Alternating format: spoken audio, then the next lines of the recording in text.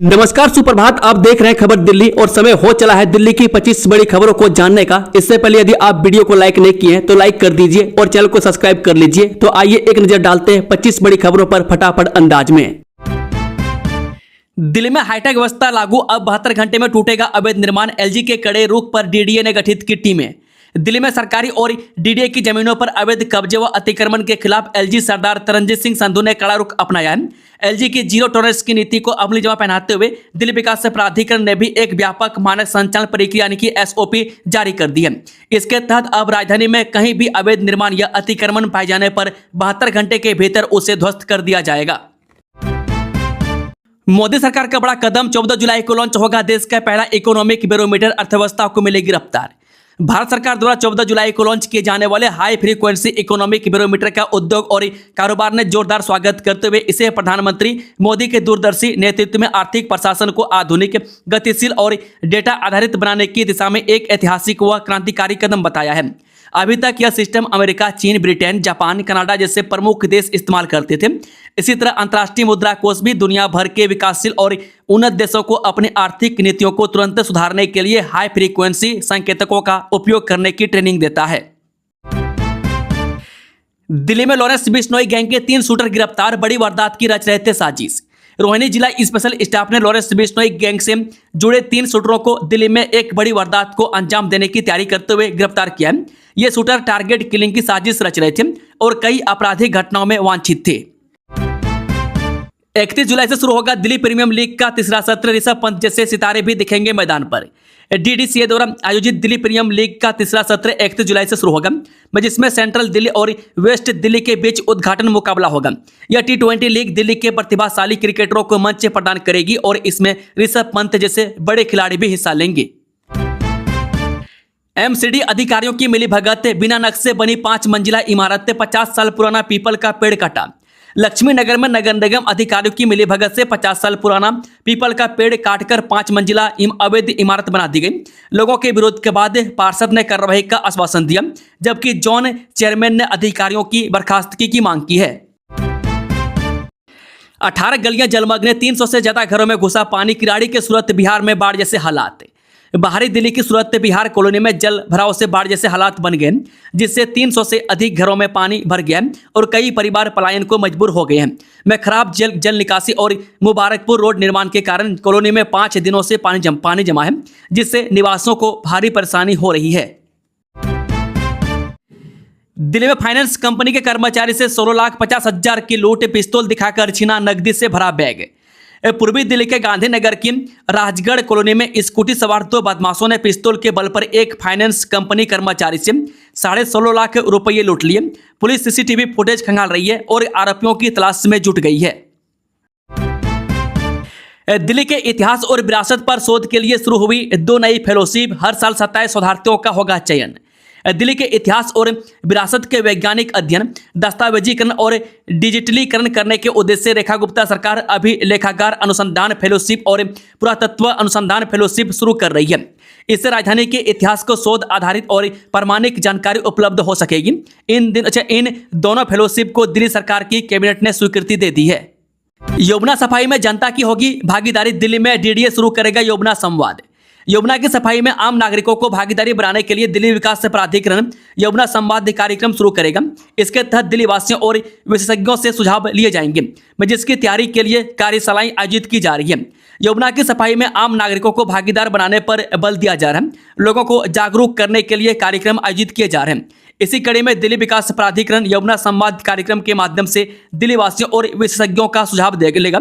इसकी तैयारी शुरू हो गई है। यमुना संवाद शुरू करने से पहले कार्यशाला आयोजित की जा रही है।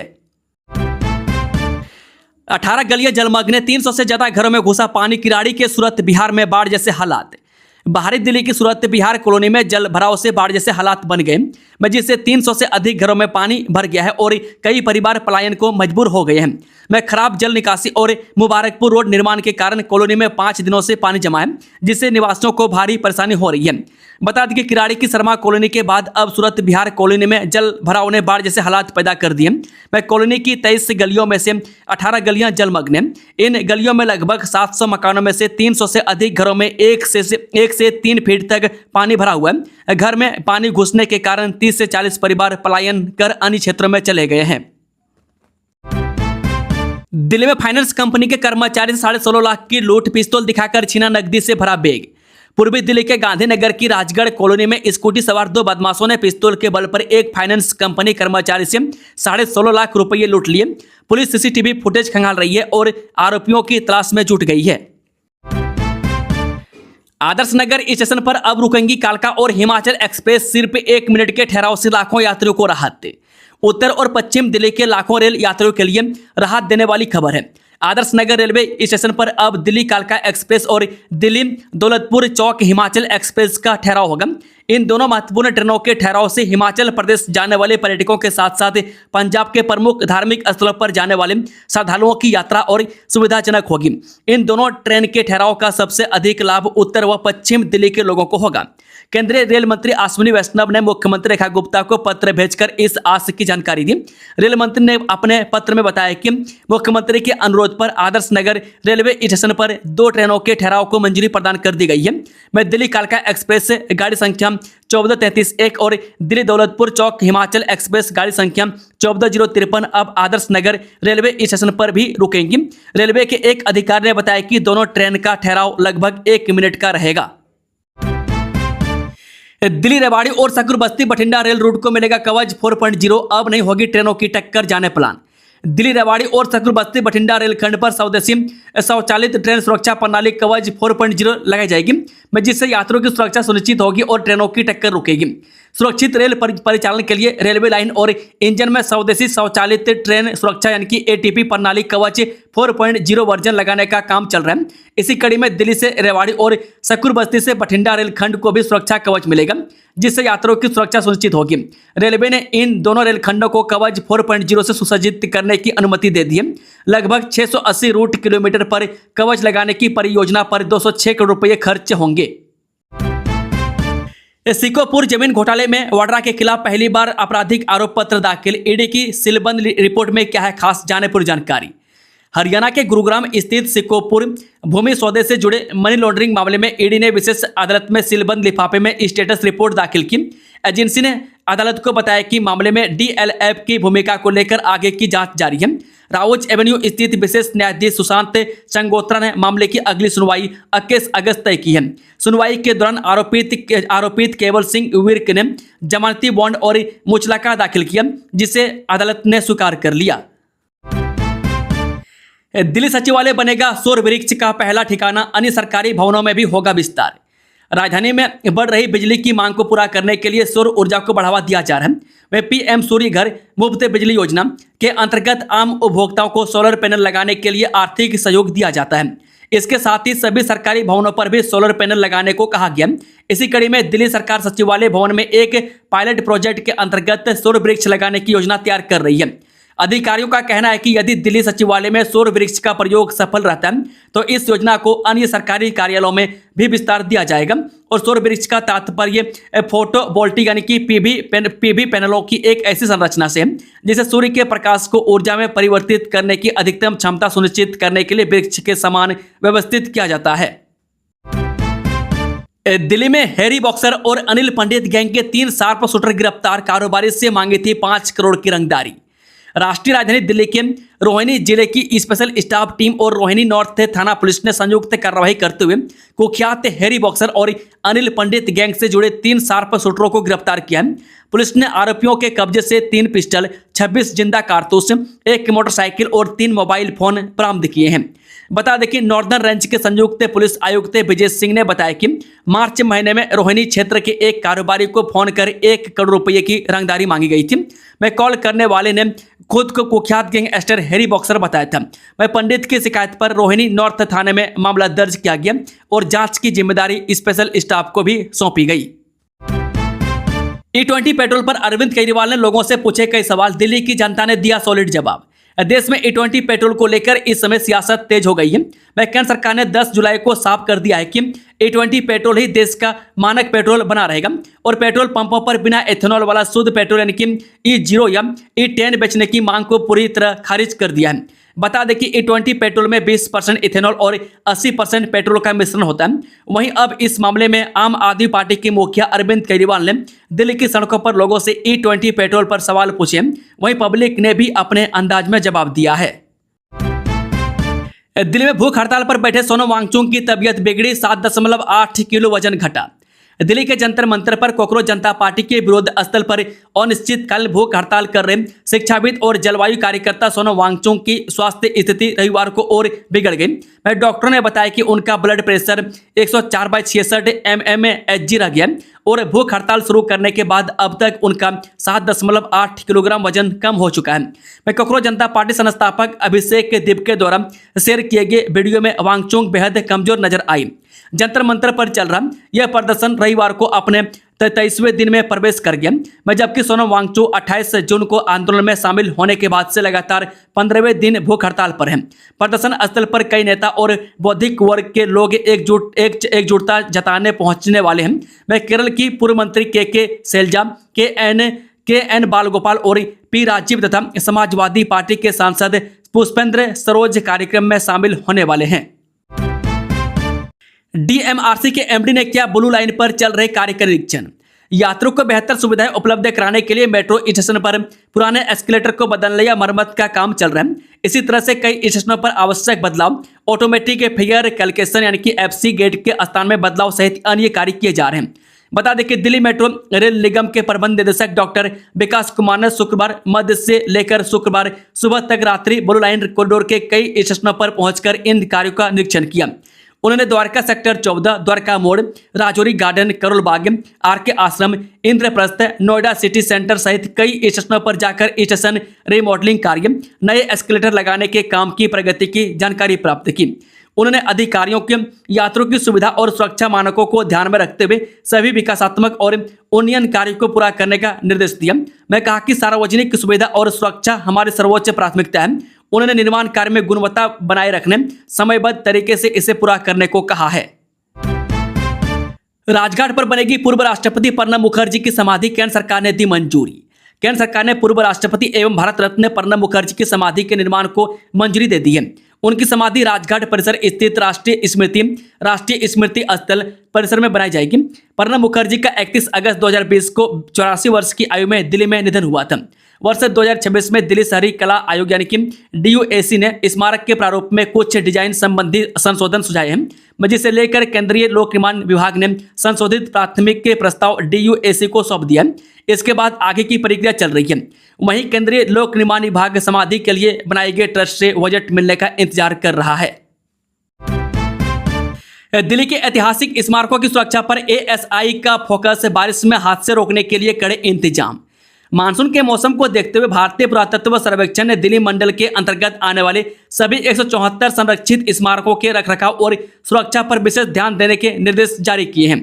दिल्ली मंडल ने सभी स्मारकों के प्रभारियों को मानसून के दौरान नियमित निरीक्षण, जलभराव रोकने, साफ सफाई और संरचनात्मक सुरक्षा सुनिश्चित करने को कहा है। इसका उद्देश्य वर्षा के कारण ऐतिहासिक धरोहरों को होने वाले नुकसान को रोकना और पर्यटकों की सुरक्षा सुनिश्चित करना है। दोस्तों के साथ यमुना में नहाने गया 15 साल का किशोर फिसलने के बाद तेज बहाव में बहने से गंवाई जान। दिल्ली के मदनपुर खादर इलाके में यमुना नदी में नहाते समय एक 15 वर्षीय किशोर की डूबने से मौत हो गई। मृतक की पहचान मदनपुर खादर की JJ कॉलोनी निवासी के रूप में हुई है। पुलिस के अनुसार शनिवार को किशोर अपने भाई और दोस्तों के साथ नहाने यमुना नदी के श्रीराम चौक क्षेत्र में गया था। नहाते समय वह अचानक गहरे गड्ढे में फिसल गया और तेज बहाव में बह गया। घटना की सूचना मिलते ही पुलिस से कालिंदी कुंज थाने की टीम और स्पेशलाइज्ड रेस्क्यू बोट क्लब के डाइवर्स मौके पर पहुंचे। तलाशी अभियान के बाद किशोर का शव बरामद कर लिया गया। उसे तुरंत डॉक्टर राम मनोहर लोहिया अस्पताल ले जाया गया, जहां डॉक्टरों ने उसे मृत घोषित कर दिया। दिल्ली सरकार देगी हर महीने 50,000 तक की फेलोशिप, समझिए पूरी प्लान। क्या आप पुरानी किताबों, सदियों पुरानी इमारतों और खंडहरों में छिपी कहानियों को तलाशना पसंद करते हैं? अगर हाँ, तो अब आपका यह शौक सिर्फ डायरी के पन्नों तक सिमट कर नहीं रहेगा, बल्कि आपकी एक बेहतरीन कमाई का जरिया भी बन सकता है। अक्सर देखा जाता है कि साइंस या इंजीनियरिंग के छात्रों के लिए तो रिसर्च और फेलोशिप के कई रास्ते खुले होते हैं, लेकिन इतिहास और कला जैसे विषयों के छात्रों को रिसर्च के लिए पैसों की तंगी का सामना करना पड़ता है। इसी परेशानी को दूर करते हुए दिल्ली सरकार ने एक बड़ा और बेहद शानदार कदम उठाया है। मुख्यमंत्री रेखा गुप्ता की अध्यक्षता में हुई कैबिनेट बैठक में दो नई योजनाओं अभिलेखागार अनुसंधान फेलोशिप और पुरातत्व अनुसंधान फेलोशिप को हरी झंडी दे दी गई है। इस फैसले की सबसे खास बात यह है कि इसके तहत चुने गए नौजवानों को हर महीने 25,000 से लेकर 50,000 रुपये तक की मोटी रकम फेलोशिप के तौर पर दी जाएगी। यह पैसा उन युवाओं के लिए किसी संजीवनी से कम नहीं होगा जो अपना करियर दिल्ली की अमूल्य विरासत और इतिहास को खंगालने में बनाना चाहते हैं। दिल्ली की 1511 अवैध कॉलोनियों में मालिकाना हक देने की तैयारी, केंद्र से यह अपील।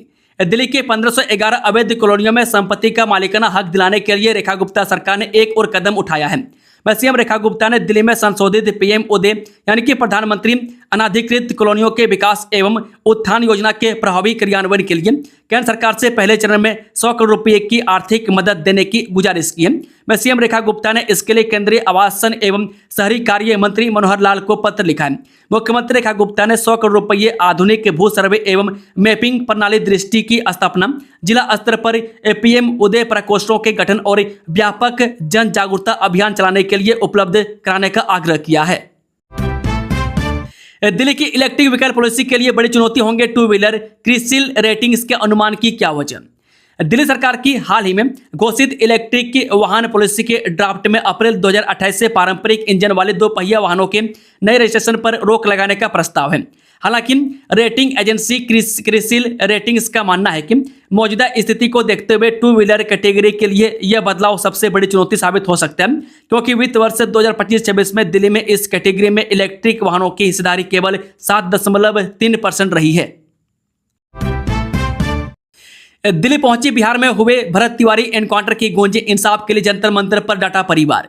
बिहार में भोजपुर जिले के बहुचर्चित भरत तिवारी पुलिस एनकाउंटर मामले में न्याय की लड़ाई देश की राजधानी दिल्ली तक पहुंच गई है। भरत तिवारी के भाई चंदन तिवारी दिल्ली पहुंच चुके हैं। उन्होंने शनिवार को वहां प्रेस कॉन्फ्रेंस कर मामले की निष्पक्ष जांच, दोषी अधिकारियों के खिलाफ कड़ी कार्रवाई और पीड़ित परिवार को न्याय दिलाने की मांग दोहराई। चंदन तिवारी ने कहा कि लंबे समय से न्याय की उम्मीद में उनका परिवार संघर्ष कर रहा है। दिल्ली में यहां लगेगा पहला सोलर ट्री, जानिए इसके फायदे और कैसे करता है काम। दिल्ली की रेखा गुप्ता सरकार क्लीन एनर्जी अपनाने की अपनी योजना को आगे बढ़ाते हुए दिल्ली सचिवालय की इमारत में एक सोलर ट्री लगाने की तैयारी कर रही है। दिल्ली में लगने वाला यह पहला सोलर ट्री होगा। मुख्यमंत्री रेखा गुप्ता और दिल्ली सरकार के मंत्री और वरिष्ठ अधिकारी इसी सचिवालय में बैठते हैं। एक वरिष्ठ अधिकारी ने शुक्रवार को इस बारे में जानकारी देते हुए बताया कि सचिवालय में सोलर ट्री के सफल इंस्टॉलेशन के बाद इस पहल को पूरी राजधानी में फैलाने की योजना है। दिल्ली को केंद्र से बड़ी सौगात, 28 परियोजनाओं के लिए 1647 करोड़ रुपये स्वीकृति। केंद्र सरकार ने दिल्ली की 28 परियोजनाओं के लिए 1647 करोड़ रुपये की आर्थिक सहायता को मंजूरी दे दी है। दिल्ली की मुख्यमंत्री रेखा गुप्ता ने इसकी जानकारी दी। उन्होंने बताया कि केंद्र सरकार ने राजधानी के बुनियादी ढांचे को मजबूत करने की दिशा में यह ऐतिहासिक निर्णय लिया है और पूंजीगत निवेश के लिए राज्यों को विशेष सहायता योजना के तहत दिल्ली सरकार की 28 महत्वपूर्ण पूंजीगत परियोजनाओं को मंजूरी दे दी गई है। इन परियोजनाओं की कुल लागत 1647 करोड़ रुपये है। इसके साथ ही दिल्ली सरकार द्वारा अपने संसाधनों से पूंजीगत निवेश बढ़ाने के प्रयासों को देखते हुए केंद्र सरकार ने 756 करोड़ रुपये का अतिरिक्त प्रोत्साहन राशि भी स्वीकृत किया है। गाजियाबाद में 3 प्रमुख मार्गों से निकलेगी कांवड़ यात्रा, ट्रैफिक पुलिस के साथ तैनात होगी TVF। 6 अगस्त से डायवर्जन। गाजियाबाद में कांवड़ यात्रा शुरू होने में अब करीब 3 सप्ताह का समय बाकी है। इसी को देखते हुए पुलिस और प्रशासन ने तैयारी को अंतिम रूप देना शुरू कर दिया। पश्चिमी उत्तर प्रदेश का प्रमुख जिला होने के कारण गाजियाबाद कांवड़ यात्रा के दौरान बेहद महत्वपूर्ण भूमिका निभाता है। हरिद्वार से जल लेकर लौट रहे हजारों शिव भक्त गाजियाबाद के विभिन्न मार्गों से होकर दिल्ली, हरियाणा, पंजाब और राजस्थान की ओर जाते हैं। ऐसे में यात्रा के दौरान श्रद्धालुओं की सुरक्षा, आवागमन और बेहतर ट्रैफिक व्यवस्था सुनिश्चित करना प्रशासन की सबसे बड़ी प्राथमिकताओं में एक है। 16 जुलाई से शुरू होंगे ECA ट्रायल। विश्वविद्यालय ने जारी की ट्रायल सेंटर और संभावित तारीखें। दिल्ली विश्वविद्यालय ने स्नातक यानी कि यूजी दाखिला सत्र 2026-27 के तहत एक्स्ट्रा करिकुलर एक्टिविटीज यानी कि ECA कोटे में प्रवेश के लिए होने वाली फिजिकल ट्रायल की संभावित तारीखों और ट्रायल सेंटर की सूची जारी कर दी है। विश्वविद्यालय प्रशासन के अनुसार अधिकांश श्रेणियों के ट्रायल 16 जुलाई से शुरू होंगे, जबकि कुछ श्रेणियों के ट्रायल 20 और 21 जुलाई से शुरू होंगे। विस्तृत व्यक्तिगत ट्रायल शेड्यूल 14 जुलाई तक विश्वविद्यालय की वेबसाइट पर जारी किया जाएगा। मैं किसी भी अभ्यर्थी को अलग से सूचना नहीं भेजी जाएगी। दोस्तों, खबरों का सिलसिला यहीं समाप्त होता है। अगर जानकारी पसंद आई हो तो वीडियो को ज़्यादा से ज़्यादा लाइक, शेयर और चैनल को सब्सक्राइब करें। Thank you, all the best. जय हिंद, जय भारत, राधे राधे, हरे कृष्णा।